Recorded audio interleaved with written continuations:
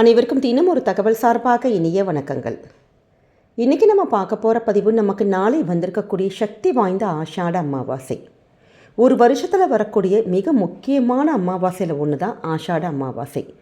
இந்த நாளில் முன்னோர்களுடைய வழிபாடு, அவங்களுடைய ஆசீர்வாதங்கள் பெறுவதற்கு நமக்கு நிறைய பேருக்கு ஜாதக ரீதியாக பித்ரு தோஷங்கள் இருக்குது, இல்லாட்டி குடும்பத்தில் சுப காரியங்கள் ஏதாவது ஒரு காரணத்தால் தள்ளி போய்கிட்டே இருக்குது, குடும்பத்தில் ஒரு முன்னேற்றங்கள் இல்லை, சுபிக்ஷங்கள் இல்லை, ஏதாவது ஒரு பிரச்சனைகள் வந்துக்கிட்டே இருக்குது அப்படின்னு யாரெல்லாம் நினைக்கிறோமோ, பித்ரு வழிபாடுகள் யாரெல்லாம் நீங்கள் செய்கிறீங்களோ, கண்டிப்பாக நாளைய தினத்தில் முன்னோர்களை வேண்டி உங்கள் வீட்டு நிலவாசலில் இந்த ஒரு பொருளை மட்டும் வச்சு பாருங்கள்.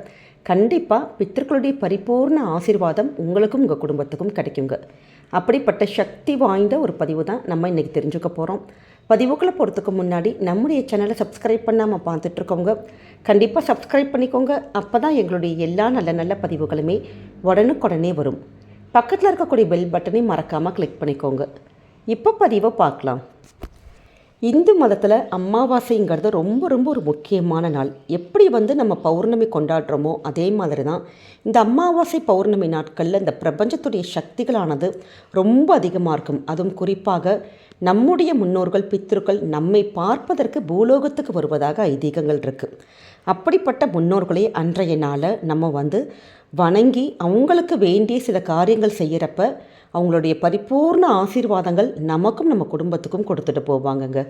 நாளைய தினம் எப்பயுமே இந்த ஒரு அமாவாசை நாட்டில் மட்டும் உங்கள் வீட்டு வாசலில் கோலங்கள் போடுறது, மங்களகரமான இந்த மஞ்சள் நீரால் தெளிக்கிறது, இது மாதிரி பண்ணவே கூடாது. கோலங்கள்லாம் ஏன்னா இது மாதிரி கோலங்கள் எல்லாமே சுபமான ஒரு விஷயங்கள். அப்போ நம்முடைய முன்னோர்கள் நமக்கு ஏதாவது ஒரு சூக்ஷ்மமான ஒரு ரூபத்தில் நம்மளை பார்க்க வருவதாக ஐதீகங்கள் இருக்குது. இப்படி கோலங்கள் போட்டிருந்தா அது அவங்க உள்ளுக்குள்ளே வருவதை அவங்களால வர முடியாது, அது தடுக்கும். அப்படிங்கிறதுனால தான் அமாவாசை நாட்களில் கோலம் போடக்கூடாது. தெரியாதவங்க கண்டிப்பாக இந்த சின்னதான ஒரு டிப்ஸையும் நீங்கள் ஃபாலோ பண்ணிக்கோங்க.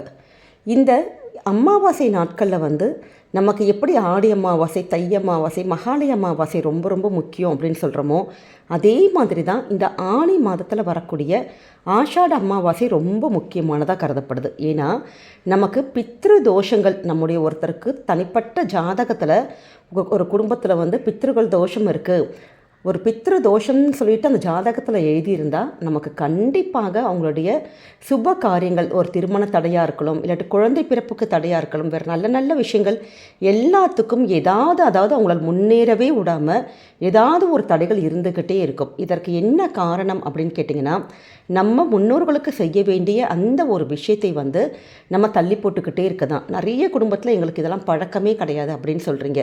ஆனால் அப்படி கிடையாதுங்க. எல்லா அமாவாசை நாட்களிலுமே உங்களால் முடிந்த ஏதாவது ஒரு உணவுப் பொருள் ஒன்று யாருக்காச்சும் தானமாக கொடுக்கலாம், இல்லாட்டி உங்கள் வீட்டு அந்த முறைப்படி நம்ம இலை போட்டு படையல் பண்ணி காக்காக்கு சாதம் போகும் பார்த்தீங்களா, அப்படி பண்ணலாம்.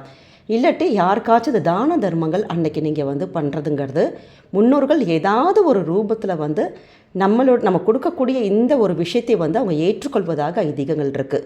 ஏன்னா அவங்க சாப்பாடு இல்லாமல் தண்ணி இல்லாமல் அப்படி கஷ்டப்பட்டுட்டு இருக்கப்ப கண்டிப்பாக அந்த ஒரு சாபங்கள் தான் நமக்கு தோஷமாக மாறுது. அதனால் எளிமையான விஷயத்தை மாதம் மாதம் வரக்கூடிய அமாவாசை நாட்களில் நம்ம வீட்டில் செஞ்சாலே போதும், எப்படிப்பட்ட தோஷமும் கண்டிப்பாக கரைந்து போகும். நாளைக்கு நம்ம வீட்டில் என்ன செய்யணும் அப்படின்னு கேட்டிங்கன்னா, காலையில் குளிச்சுட்டு வந்த கையோட உங்கள் வீட்டோட நிலவாசல் இருக்குது பார்த்தீங்களா, நிலவாசலில் அந்த வெளியில் நீங்கள் ஒரே ஒரு டம்ளர் தண்ணீரும் ஏதாவது ஒரு இனிப்பு பொருளும், அதாவது நம்மை பார்ப்பதற்கு வரக்கூடிய அந்த முன்னோர்களுக்கு ரொம்ப பசியும் தாகமாக இருப்பாங்க. அப்போ அந்த தண்ணீரானது அவங்களுடைய தாகத்தை தவிர்ப்பதாக ஒரு ஐதீகங்கள் இருக்குது. ஒரு இனிப்பு பொருள் நீங்கள் அங்கே பக்கத்தில் வச்சுருங்க. இது நாளைக்கு புதன்கிழமையோடு வந்திருக்கிறதுனால கூடுதலாக சின்னதான ஒரு தட்டில் பச்சை பயிறு, ஏன்னா எப்பயுமே எந்த நாளுக்கு வருதோ அந்த கிரகத்துக்கான தானியத்தை நம்ம இப்படி நிலவாசலை வச்சுட்டு அந்த பச்சை பயிறு இருக்குது பார்த்தீங்களா, அதை நீங்கள் கொஞ்சம் காலையிலேருந்து அப்படியே இருக்கட்டும். நமக்கு மாலை நேரத்துக்கு அப்புறமேட்டு அது கொஞ்சோண்டு லைட்டாக தண்ணி ஊற்றினா நமக்கு லைட்டாக கொஞ்சம் ஊறிடும். அதை நீங்கள் எடுத்து பறவைகளுக்கு இல்லாட்டி காகங்களுக்கு நம்ம மதியானம் சாப்பாடு வைக்கிறப்ப அப்படியே அதோடு கூட சேர்ந்து கலந்து நீங்கள் இப்படி காக்காக்கு, பறவைக்கு, இல்லாட்டி உங்கள் வீட்டு பக்கத்துலேயே பசுமாடுகள் வந்ததுன்னா அப்படி நம்ம தானமாக கொடுக்கறதன் மூலமாக நமக்கு பலவித நன்மைகள் நம்ம குடும்பத்தையும் சேருங்க. அதனால் நாளைக்கு இந்த ஒரு எளிமையான ஒரு விஷயம்தான். இந்த தண்ணியும் அந்த ஒரு இனிப்பு பொருளும் கொஞ்சமாக ஒரு பச்சைப்பயிறு ஒரு தட்டில் போட்டு உங்கள் வீட்டு நிலவாசலில் நீங்கள் வச்சு பாருங்கள். குடும்பத்துக்கு அளவில்லாத பல நன்மைகள் நமக்கு வரும். இந்த தண்ணியானது காலையிலேருந்து ராத்திரி வரைக்கும் நமக்கு அப்படியே இருக்கட்டும். அந்த இனிப்பு பொருள் இருக்குது பார்த்தீங்களா, இனிப்பு பொருளை நீங்கள் ராத்திரி படுக்க போகிறதுக்கு முன்னாடி உங்கள் வீட்டு வாசலில் உங்களுக்கு சப்போஸ் செடியோ மரமோ ஏதாவது இருந்ததுன்னா அந்த மரத்துக்கு கீழே தூவி விடலாம். ஏன்னா அமாவாசைக்கு எந்த வித நாங்கள் தான தர்மங்கள் பண்ணலை, படையல் போடலை, யாருக்குமே எதுவுமே பண்ணலை அப்படிங்கிறவங்க கூட இது மாதிரியான ஒரு இனிப்பு பொருளை நம்ம இது மாதிரி மரத்துக்கு கீழே தூவுறதன் மூலமாக பல ஆயிரம் உயிர்கள், ஏதாவது ஒரு எறும்பு ஈ அப்படி ஏதாவது ஒரு உயிருக்கு நம்ம அன்னைக்கு அன்னதானம் கொடுத்ததற்கு சமமாயிரும். அதனால் நமக்கு புண்ணியத்துக்கு புண்ணியமும் கிடைக்கும். இது மாதிரி அமாவாசை நாட்களை நம்ம செய்துவதற்கான அந்த ஒரு பெரிய ஒரு நல்ல ஒரு பலன்களும் கண்டிப்பாக கிடைக்கும். ரொம்ப சிம்பிளான ஒரு விஷயம்தான். எவ்வளவோ ஜாதக ரீதியாக எவ்வளவோ பரிகாரங்கள் பண்ணவங்க கூட நமக்கு அந்த தோஷங்கள்லேருந்து நிவர்த்தி ஆகிறதுக்கு இப்படிப்பட்ட எளிமையான ஒரு சின்ன விஷயத்தை அமாவாசை நாட்களில் அதுவும் காலை நேரத்தில் நம்ம செய்கிறப்ப கண்டிப்பாக முன்னோர்களுடைய ஆத்மாக்களும் சாந்தி அடைஞ்சு நம்மளுடைய குடும்பத்துக்கு என்றைக்குமே நல்ல ஒரு ஆசீர்வாதங்களை கொடுப்பாங்கங்க. அதே இந்த அமாவாசை திதி நமக்கு கரெக்டாக எப்போ ஆரம்பிக்குதுன்னு கேட்டிங்கன்னா, ஜூன் மாதம் 24ஆம் தேதி சாயங்காலம் 6:57 மணிக்கு துவங்குகின்ற இந்த திதியானது ஜூன் 25ஆம் தேதி சாயங்காலம் 5 மணி வரைக்கும் இருக்குது. அதனால் நமக்கு நாளைக்கு வரக்கூடிய இந்த முழு நேர அந்த அமாவாசை நாளில் நம்ம ஏதாவது காயத்ரி மந்திரம் ஜபம் பண்ணுறது, பித்ருக்களுக்கான தர்ப்பணம் பண்ணுறது, தானங்கள் பண்ணுறது, இது மாதிரி சின்ன சின்ன ஒரு விஷயங்கள் நம்ம செஞ்சாலே போதும். வாழ்க்கையில் நல்ல நல்ல பலன்கள் கிடைக்கும். குறிப்பாக நம்ம நாளைக்கு யாருக்காச்சும் ஒரு ஏழைகளுக்கு உங்களால் முடிந்த ஒரு தானங்கள் பண்ணுறது, குறிப்பாக அந்த பசு, நாய், காகம், எறும்பு இது மாதிரியான உயிரினங்களுக்கு உணவு அளிக்கிறதுங்கிறது நமக்கு கோடி புண்ணியத்தை பெற்றுத்தரும். அதனால் எளிமையான இந்த ஒரு சின்ன விஷயத்தை நாளைக்கு வரக்கூடிய அமாவாசை நாளில் நீங்கள் செஞ்சு பாருங்கள். என்றைக்குமே குடும்பத்துக்கு நல்லது மட்டுமே நடக்குங்க. நாளைக்கு மாலை நேரத்தில் உங்களுடைய குல தெய்வத்தை நினச்சி வேண்டி ஒரே ஒரு அகல் தீபம் மட்டும் ஏற்றுறதுக்கு நீங்கள் மறக்கவே கூடாது. குலதெய்வம் தெரிஞ்சாலும் பரவாயில்ல, குலதெய்வமே எங்களுக்கு தெரியலை அப்படிங்கிறவங்களும் சரி பரவாயில்ல. ஏன்னா அந்த குலதெய்வத்துக்கு கண்டிப்பாக நம்மளை தெரிஞ்சிருக்கும் பார்த்தீங்களா.